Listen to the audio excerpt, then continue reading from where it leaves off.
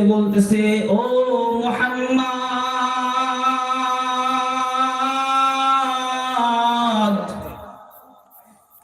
আপনি যখন দুনিয়ার জমিনে যাবেন, আপনার উম্মতের কাছে আপনার উম্মতকে আমি নবী ইব্রাহিমের পক্ষ থেকে সালাম জানাবেন। সুবহানাল্লাহ। وأخبرهم بأن الجنة طيبة التربة وعذبة الماء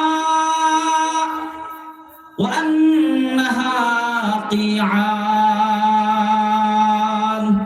নবী ইব্রাহিম আলাইহিস সালাম আমাদের নবীকে ডেকে বলতেছে, ও মুহাম্মদ, আপনি যখন দুনিয়ার জমিনে যাবেন তখন আপনার উম্মতকে এই সংবাদটুকু জানিয়ে দিবেন।